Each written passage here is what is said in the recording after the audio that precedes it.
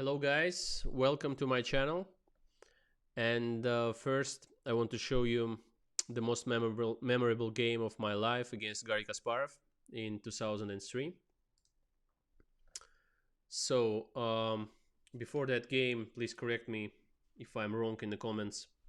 So it was played in February 23, 2003, and round 2 of the Linares Super Tournament.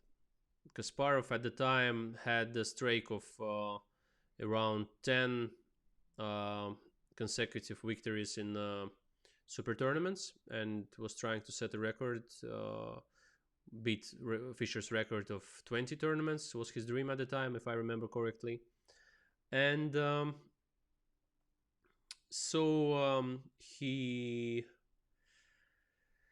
didn't lose a single game in Linares in 6 years, and 7 years he didn't lose a single game as white. So he was world number 1 at the time, and it was our first classical game that happened there in Linares that we're going to see now. So let's see what happened. So Garry went e4, e6, d4, d5. So at the time this was my main opening as black. I didn't play anything else than that. This was the main, and for on d4 and all this close stuff with knight f3 and c4 and so on, I was going for the king's Indian defense. And later, somehow after this tournament, when I had a lot of problems against top players to play the French defense, and they started to show some weaknesses in my preparation, I've switched to Sveshnikov, Pelikan, Kalashnikov Sicilians, and they were very long time my main openings, and they are, I mean, it's one of my main openings at the moment as well. And actually I've implemented it in my semi-final match against Maxime Vachier-Lagrave in Khanty-Mansiysk 2019 World Cup, FIDE World Cup. We'll probably have to look at some games afterwards of that tournament. And in general, this was the only thing I've played. My preparation was, as strong as I could do at the time, alone with not that strong engines, and so on. So Garry was much better prepared in general, and certainly prepared for this tournament as well, and I had to meet his preparation for the game. So knight c3, knight f6 wasn't a surprise for him, and I will tell you why. After e5, knight fd7, f4, c5, knight f3. So here, in our first game in French defense that was played in the Russia versus the rest of the world 2002 match, where he played for Russia and I played for the rest of the world. So there I went in this position, queen b6. And let's see very fast what happened in that game. I will not really comment a lot on the possibilities throughout the way, but let's just see how it went, because it was like, it was the game before this one, more or less, and so certainly played some role on the preparation and, the way he approached the game. He was already, of course, very serious about it. I was a strong grandmaster at the time already, and almost beaten him in this game, in this rapid game, in a very important match, Russia versus rest of the world, that was played at the time in Kremlin and was really organized on a very, very high level. And the rest of the world team won. I don't remember the score now, but we can see later, maybe. So after queen b6, bishop e3, that was played in that match. a6, a3, knight c6. And he introduced at the time this, that I didn't really know anything about it, more or less, that, this kind of stuff existed even. So I was kind of caught by surprise even in this rapid game. So knight a4, queen a5, b4, queen a4, b takes c5 castles. I knew some stuff that it was kind of playable or not that bad for black and so on, but he was playing very fast and certainly prepared for this game as well. So c4, queen a5, queen d2. I've tried to play some kind of logical move that I found over the board, so rook d8. C takes d5, queen d2, bishop d2, e takes d5, he could protect the pawn here with bishop e3, but rook c1 is very logical as well, because after bishop e3 maybe there are some knight f8 and stuff like that that he didn't want to allow, with some d4 at some point as well, something like that. But certainly, I mean, rook c1 is just a normal move. Rook e8 to try to play f6 and free my pieces, because otherwise, you know, this knight will be always stuck on d7. Bishop can't even get out, and otherwise, if you play with knight f8 in this situation with the bishop on d2, not threatening d4, then it's kind of hard to develop. So yeah, so rook e8 is kind of logical to play f6 and try to free all the pieces. So rook e8, king f2, f6. Now, if white goes e takes f6, for example, then just knight takes f6, and black's play is just very good. You know, knight e4 is coming, bishop f5, and they're just doing very good. So he found an interesting way to play in this position. He went e6, more or less positional pawn sacrifice. So rook takes e6, bishop d3, rook e8. Compi says that maybe it's better to play rook e7 or knight f8 and then rook e7. But okay, I found this rook. Maybe rook on e7 is much better in general. That protects b7 at some point or something, or it's easier to double the rooks on an e file later. So rook e8, g4, knight f8, rook h g1, bishop d7. All the moves are more or less logical. So bishop b1, knight e6, bishop a2, attacking d5, knight c7. Also logical, rook b1, rook b8, defending b7, f5. And now bishop f4 is coming very soon, and then, you know, it will be very hard to defend as black. Also, bishops are cutting the board for white, and it's like really hard to play for black in this position, and you know, it's hard to unpin also. But still, the only way for me was to prevent bishop f4 here, so I found this rook e4 resource. And now g5 is going for the direct attack. Bishop f5, g takes f6. So a lot of tricky stuff here. Everything is hanging, f7, knight g5, all that stuff. Practically very hard to play for black because b7 is hanging, rook is not moving, so it's very hard to do moves. You know, to be honest, I mean, to find the moves here is problematic. But I found a way to play in this position, and the move I found is bishop g6. Protecting against rook takes g7, and after bishop g6, so after bishop g6, he could go h4. So here h4, let's say.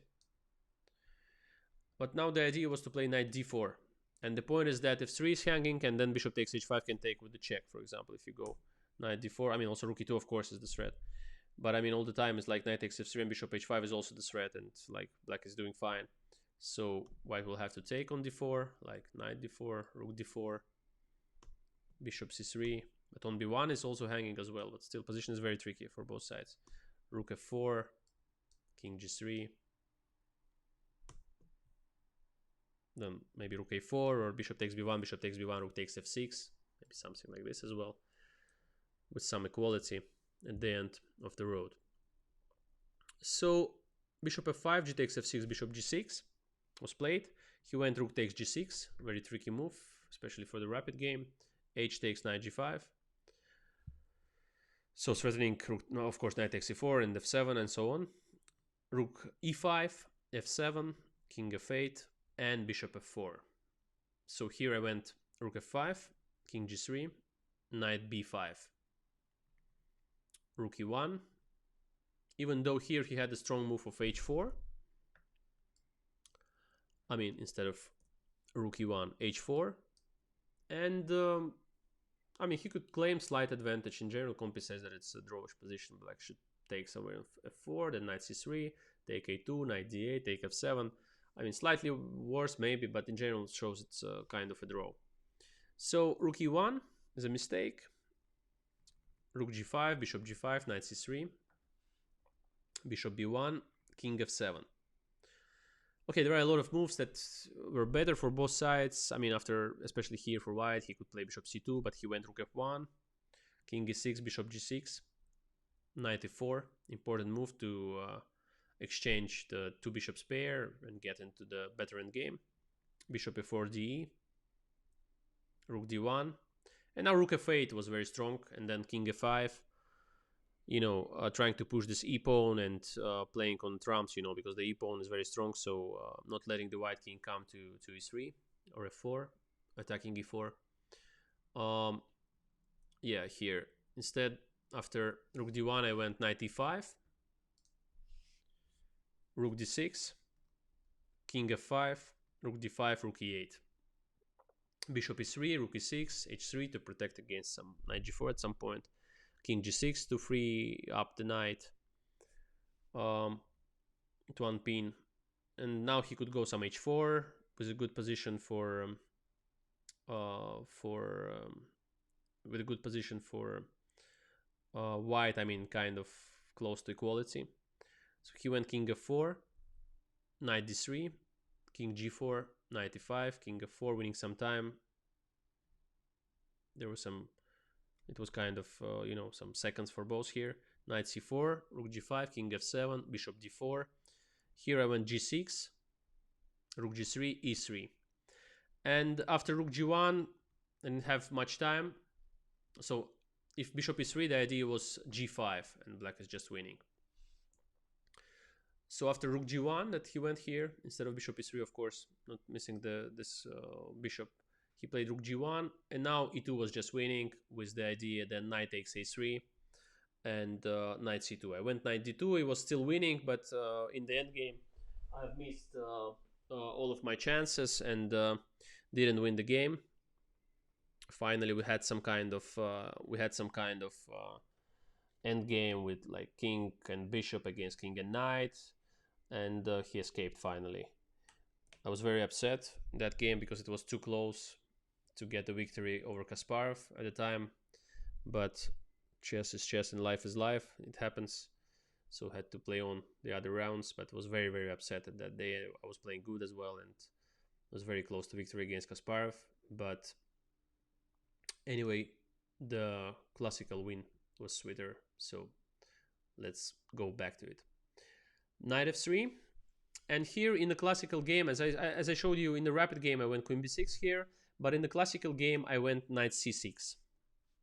So let me get back here. So yeah, knight c6, bishop e3, a6.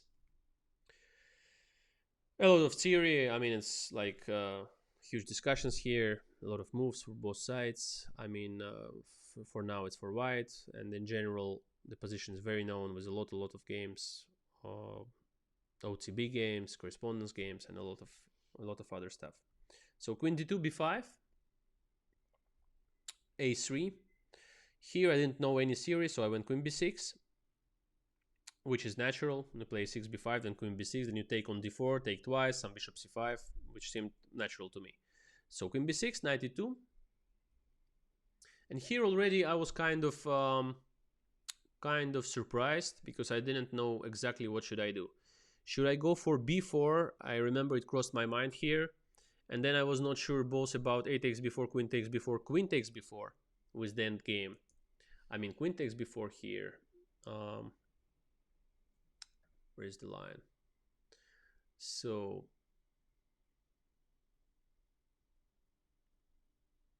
queen takes b4, some c takes b4.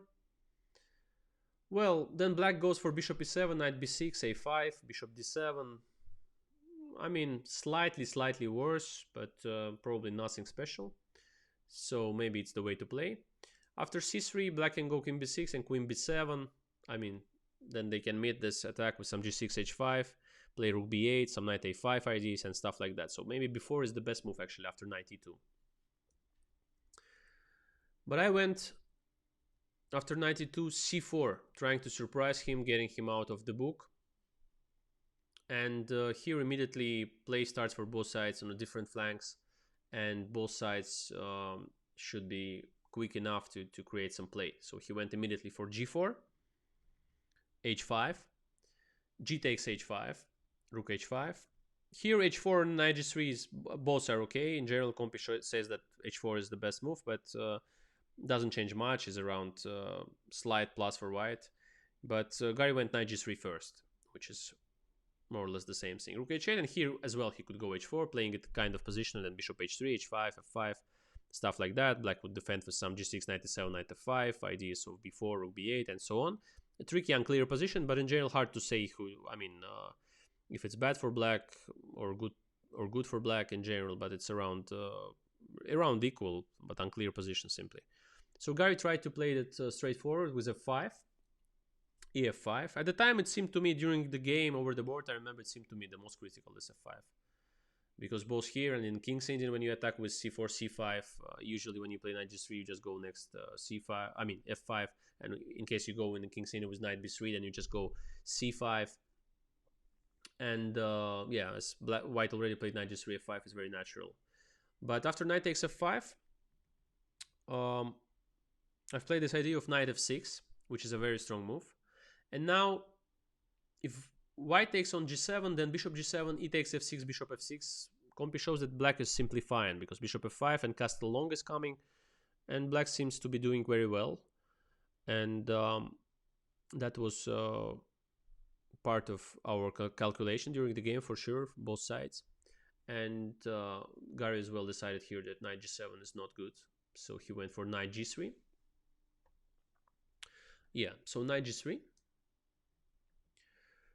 Compi says that it's possible to play here knight h5. I didn't like during the game this knight e2, if I remember correctly, and then some bishop g2. And I saw that my knight will be stuck on h5 and hard to get it back into play. But Compi says that there is almost only move here and very strong knight e7. Well, I mean, kind of tricky still. I don't really like much this position for black, but I don't know. I mean, it's a matter of taste certainly. Then maybe black can go some bishop e6, knight f5, g6, and kind of normal. Compi suggests that it's normal, but doesn't look too good to me. But yeah, maybe possible. Knight g4 seems much more natural, and I've played it in the game. So knight g4, bishop f4, and bishop e6.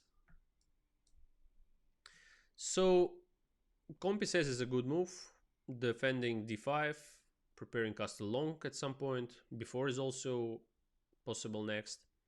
In general, just a normal natural move to develop pieces and trying to get my king into safety. So bishop e6, c3, also protecting d4, preparing bishop e2 and knight g5, and defending in some cases against b4. So now both castle long and f6 were probably a bit better than bishop e7. Compi suggests that f6 was the best.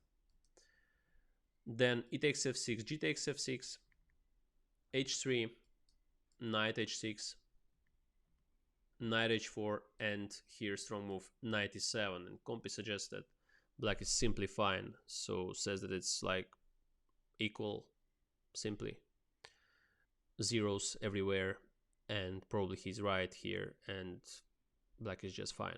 But yeah, at the time I didn't see all these ideas. I saw that after h3 and knight h4 it will be smashing, kind of smashing for white. So this knight e7 always comes as a very helpful resource to defend all the squares around, you know, all this g6 around this king's flank, g6, f5, and so on. And even though looking not that natural, you know, to go knight e7, you know, always when the knight is on c6, there are ideas of b4, a5, b4, and stuff like that. So knight e7 doesn't really feel like a good move, so probably that's why I didn't even consider this kind of options. But nevertheless, it was a good move, f6. So instead I went not a bad move, a normal move, bishop e7. Also natural. Also developing pieces. f6 is also in there sometimes kind of ideas with bishop h4 and so on. Still not deciding where I will castle here. Knight g5. Knight a5 maybe was possible here, but I guess it's more or less the same. Castle long, played in the game. Knight e6, f takes e6, and bishop e2. So this is more or less the critical position of the game. It's psychologically very important choice here that I've made, the choice that brought me to the victory. I'm sure, I was sure by then, and now I'm sure as well that if I wouldn't play this move here, it would never bring me to victory against the top player at the time, the world number one. And certainly I've considered both knight takes h2 and knight h6. After knight takes h2, I didn't like knight h5, even though Compi shows that knight a5 is good, and even says it, claims that it's around equal. But queen e3, let's say, g6, knight g7, rook h7, all taken here, bishop g4. Still slightly better for white, in my opinion. Easier to play with two bishops. A lot of things and pins to look for. Some bishop h6, king e2, rook f1, rook h1, penetrating on the 7th rank somewhere. e6 is still weak, and so on. But after knight h6, maybe black's position is not that bad, to be honest. It's not so easy for white to castle long because of b4, a5 and all that threats. Knight a5 somewhere as well. But after castle short, they can still claim slight advantage. They can still claim it. And even though after rook dg8 the position is not that clear, to be honest.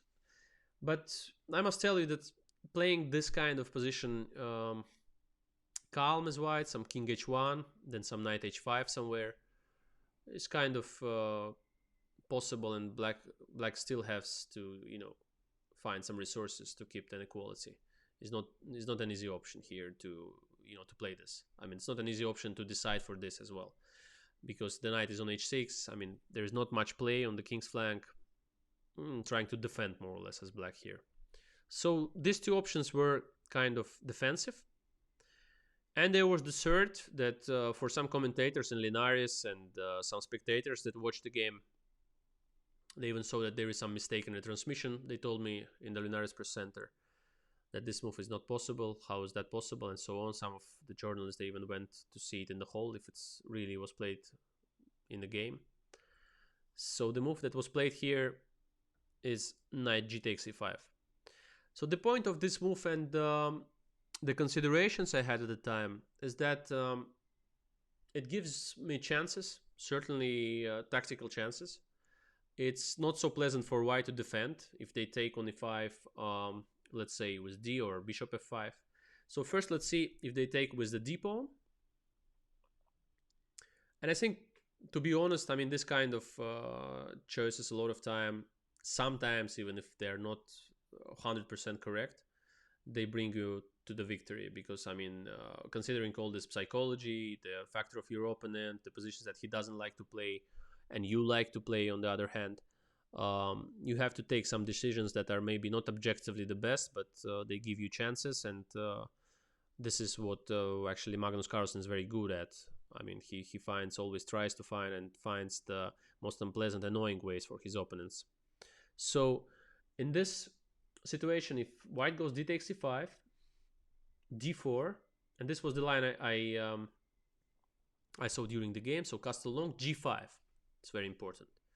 Now after bishop takes g5, d takes c3, queen f4, now takes, and b4, and black is completely winning. So b takes a3 is coming, let's say. Bishop takes c4, b takes a3, and black is just winning the game. So this is very bad for white. Certainly, I guess Gary took some time, but he didn't want to go for d takes e5. His considerations would be over bishop takes e5 mostly, certainly. Knight takes e5, d takes e5. Here, during the game, I think I was thinking about bishop c5 mostly, but computer shows that is not necessary now. I mean, d4, for example, doesn't work much, because white will just go castle d3 and bishop g4, and they're fine. There is not much of an attack here. Queen g2, knight e4, everything is coming out. Rook f1 and rook f7 and so on. And that's why d4 is not an option, but bishop c5 is an option. Bishop g4, king b8, rook f1, still trying to defend against all those rook f8, bishop f2 checks, bishop e3 and so on. But now, I mean, even bishop e3, that seems as an unclear option, but maybe just a5. So white can't castle still because of bishop e3, pinning the queen, winning it. And on the other hand, black is threatening b4, d4, and so on. It's it's not so easy to play it as white, because it's not easy to castle, and in general black's position is very solid in the center, and a lot of pieces are restricted. I mean, the knight on g3, bishop on g4, they're not really playing very well now. They're not much in the game. They're just kind of defending pieces here more than attacking pieces, and it's very hard to convert the extra piece. So it's around plus minus vertical, as I like to say, in white's favor, around 0.80, 0.70, but the position is very, very unclear. It's a modern, it's a modern analysis and evaluations, but in general, for the practical games, simply a very, very unclear position. So I was happy with this one. But comp even shows that after, let me show you the line, instead of bishop c5, says that king b8 is also possible, just not rushing with bishop c5, because white is not really threatening to castle long. Bishop g4, rook df8, castle long, and here a5, then b4. Huge compensations. It's hard to say what's happening really on the board here, because black has a lot of compensations and a lot of tricks. So Gary decided for the more accurate option, keeping some tension, played queen e3, and here I really did a huge mistake. So I had in general to play here bishop d6. It's an objective mistake, but for the game and for the general outcome that we know it for now, how the game ended, certainly maybe the right way to play. But during the game, I saw that after bishop d6, castles long, I have to play knight d3, which computer says, I mean, is not a must at all. For example, here after bishop d6, castle long, I saw that I have to play knight d3, bishop takes d3, bishop f4, queen f4, c takes d3, rook d3, queen c7, queen g4, queen d7, and somehow black is maintaining the balance. But in fact, here I could go a5. And to be honest, the position is very, very unclear, because, for example, if white goes for some king b1, I can just go b4. Here, just to let you understand how tricky position is, comp suggests d takes c5, bishop c5, some queen c1. But, for the practical game, I think it's very, very interesting for black. Some b takes a3, rook d7, b7, king b8, a7, rook b8, penetrating b3, and so on. It's very, very unclear position with a lot of chances for both sides, certainly. So bishop d6 would be the best move. But I only saw it with the consequence of playing knight d3 afterwards, after castle long, some knight d3 here. And I saw that I have no chances to win, and position is, slightly worse, and so on. So I decided to complicate matters and keep pieces. So I went knight d7. Objectively, this is not the best move. Objectively, I would say that it's a mistake. So knight d7, queen takes e6, bishop h4. So here, after bishop h4, we both missed that in general black can safely take on d5, because after queen takes d5, if for example knight f6, then white can just go queen f5 and castle long, bishop f3, and they're unpinning, not too many problems. Even comp says that queen g2 is better here, knight d5, bishop d2, and so on. But after queen d5, my best choice would be to go knight d5, queen e6, and knight d7. The point being that after knight d5, queen e6, knight d7, the point being that after d5, here d5,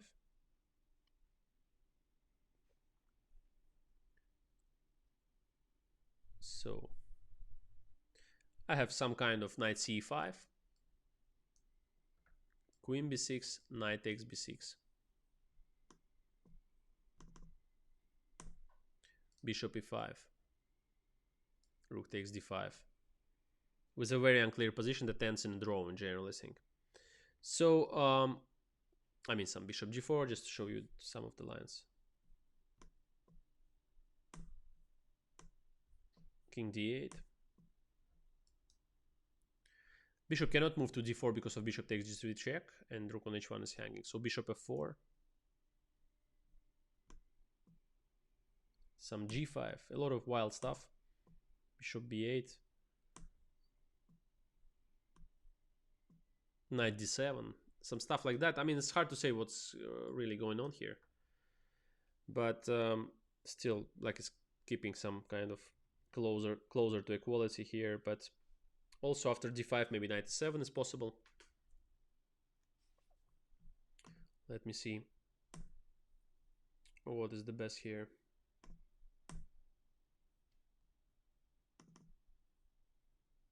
So d5.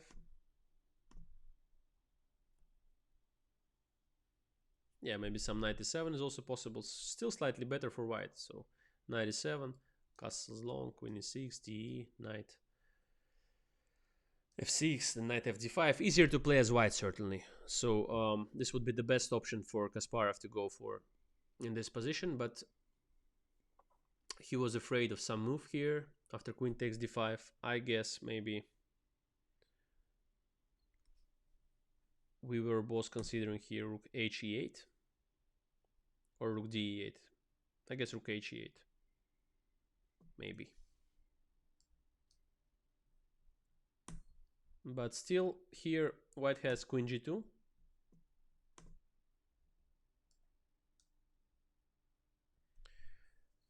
And the position is unclear. Black can go for g5 or rook f8 maybe. So let's say rook f8. Compy suggests that it's still not that good with some castle short. Takes, queen d4, king h1, rook f4, queen c6, and white is almost winning. So after queen g2, maybe the way to play is g5, bishop d2. But I think in general the point is that he didn't see that he can go queen g2 and simply protect the bishop without any dangerous consequences for white. So after g5, bishop d2, knight a5. So it's castle short. So sorry, knight a5, castle short, knight b3, attacking d2 and a1, rook a d1.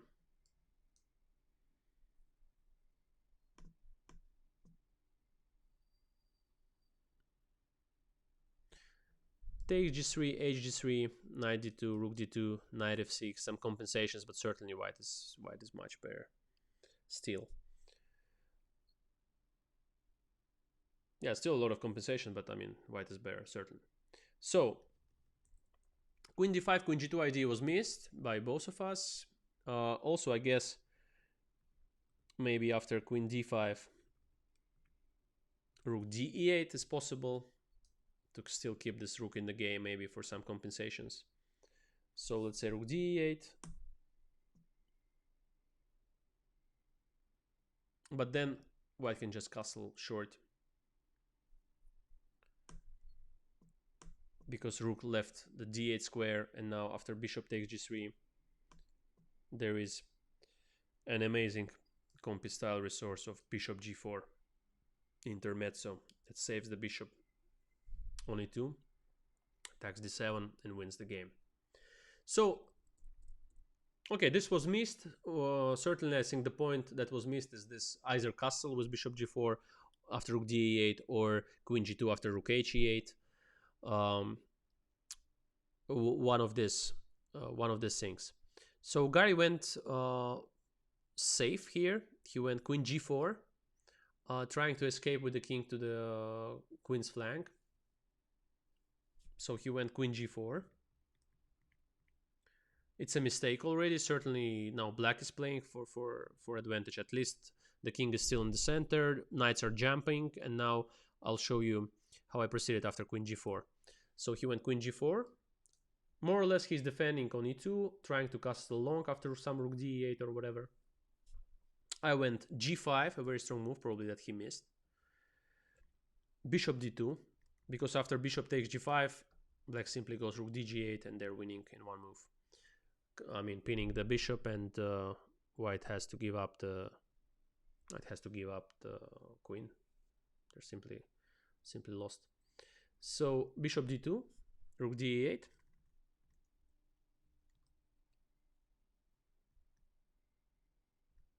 Castle long, knight a5. And now there are a lot of mating threats with queen g6, knight b3, and so on, with bishop takes g3. And now Gary goes for rook df1.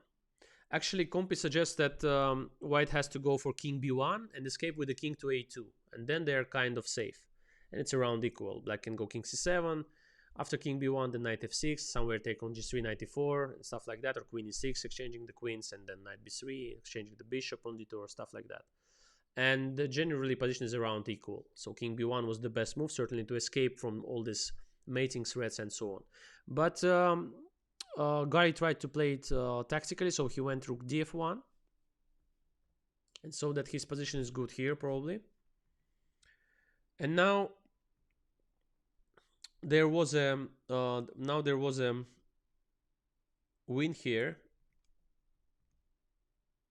much easier than what I did in the game. So bishop takes g3, rook f7, and now queen d6. The point is that if instead of this, after bishop takes g3, white immediately takes on g3, let's say h6 g3 would be a normal thing to consider, but here it doesn't work because of simply knight b3, like in the game, king d1, and just queen g6.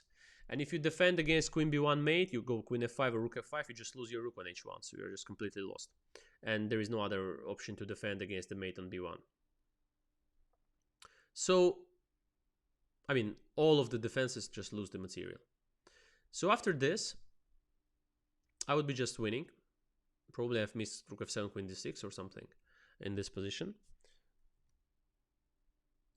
Or I just saw there is no difference between bishop takes g3 and knight b3, which makes more sense. So knight b3, king d1, bishop g3, rook f7. The point is that here already, when I came to this position, when I certainly came closer and saw that, I mean, rook f7 as possible, so I probably saw from far that I can go just queen d6. But here bishop g5, and it's actually not winning at all. Simply equal. Or around equal. Rook e4, queen f5. If we compare it to the position before, with bishop g3 instead of knight b3 check, the point is that after bishop takes g3, so let's say rook f7, yeah, queen d6, bishop g5, seems like the same, more or less. What's the difference between knight b3 and this one? And the difference is very clear after bishop takes g5, is that after rook e4, white cannot go anymore queen f5, maintaining this pin on the h3 c8 diagonal. And after rook e4, I mean, rook e4, and even Compi says that here, instead of rook e4 is winning. But also after bishop g5, the beautiful rook takes e2 is winning as well. Queen e2, queen g6. And then simply knight b3 is a threat with mate on b1, and f7 rook is hanging, so black is winning. In the game, after knight b3, king d1, bishop takes g3, rook f7. So as we said, queen d6 is not possible. I mean, it's possible, but it's equal after bishop takes g5. But here was an amazing win. So after knight b3, king d1, bishop takes g3, rook f7, queen c6 was an amazing move here. Bishop takes g5, and now, guess what? It's b4. So the point is that if you go now, let's say c takes b4, I can go bishop c7, for example. Even Compi says that queen a4, is it winning?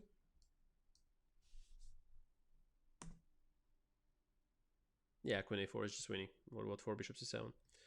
So b4, and if, for example, a takes b4, queen a4. And the point is that queen a1 is threatening. Let's say if queen takes g3, queen a1 check, and rook takes e2 mate. Say this, c2, and rook takes e2 mate. I mean, mate and 1, bishop d2, rook d2. So, yeah, but this is an amazing resource before. I was in Satan already, it was almost impossible to find this. So this is winning, but I didn't find it. I went rook d8. Rook d8.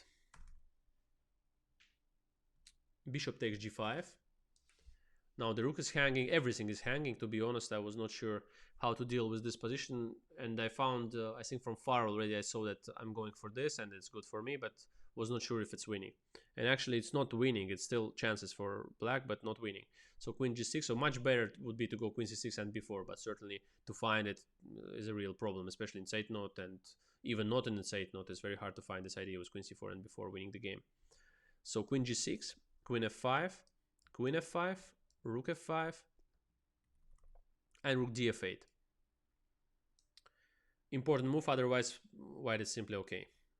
So rook f8, knight takes f8, all right here. And here Gary makes the crucial mistake, I think. So he goes for bishop f3. But the best move for him certainly would be to push this pawn h4. h4. And it will be very hard to win this position. Because, for example, after h4, if I go knight h7, which is probably one of the best moves, there is a strong rook g1. But you have to see it, of course, as white. It's not easy to see it as well, that it's close to a draw. So knight g5, h takes g5, bishop f2, for example, rook f1,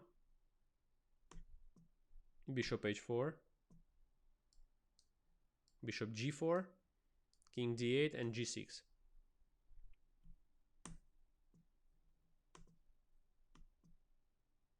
So here, rook g8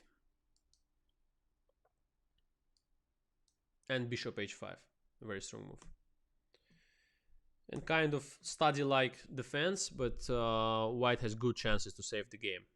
It's still worse, still chances for black, but good chances for white to defend this position. So as I like to say, it's minus plus vertical, still chances for black, but anyway, very good chances for white to save the game. So instead of this, Gary went for bishop f3. It's a mistake.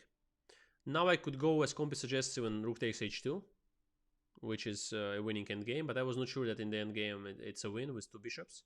So I went bishop h4, seemed more natural for me, more natural to me.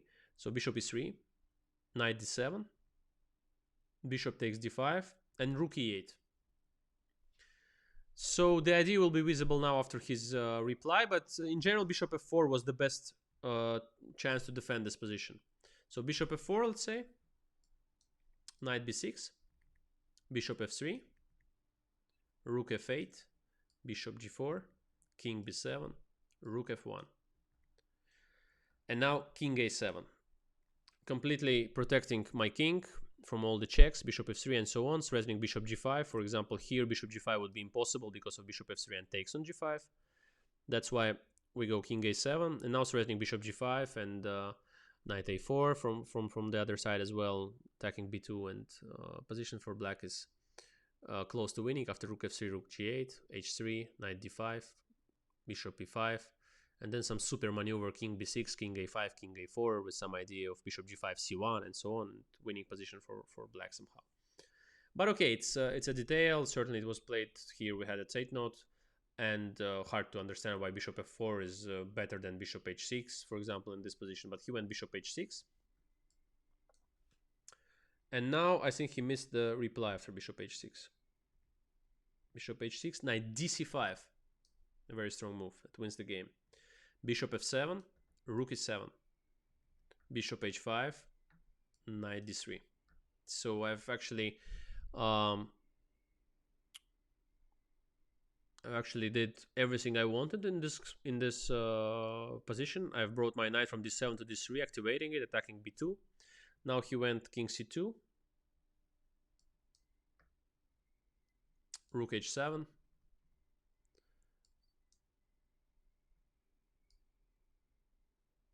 Yeah, so here, I mean, after knight d3. Oh, where's the game? Just a moment.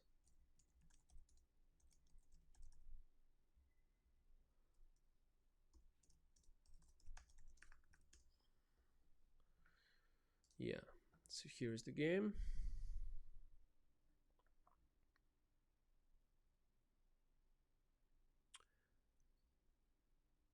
There are actually a lot of comments on the chessgames.com site. A lot of comments and interesting comments and stuff. So yeah, after yeah, so have the whole game here and our analysis board.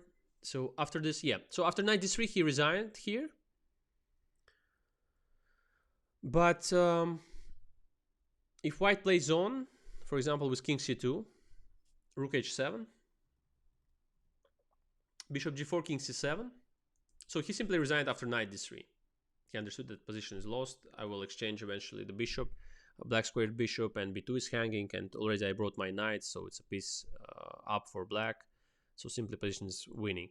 So instead he could go here king c2 and still play on, and then rook h7, bishop g4, king c7, bishop e3, and bishop f2. Yeah, bishop e3, bishop f2. And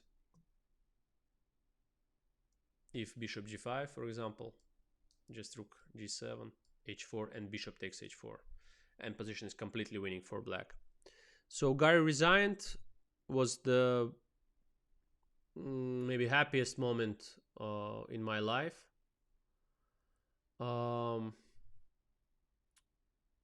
Yeah, I was very, very happy after this game. It was like something that is impossible even to explain, an inexplicable thing, you know, to win against the world champion.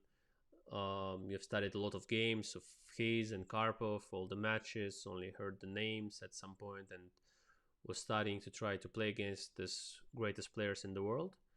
And then you win a game in Linares Super Tournament, the most important tournament, the Wimbledon of chess.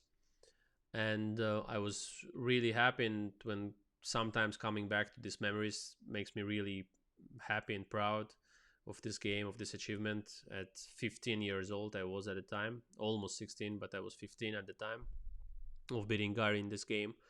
And yeah, so I wanted to share this game with you and comments on it. And I was really very happy that you have watched all the analysis and all the ideas that I showed in the game and all the tricky lines. And hopefully we'll be back with a lot of more interesting chess material. And please subscribe to the channel, and I would be very happy to see you back again and share a lot of chess thoughts with you. Bye guys.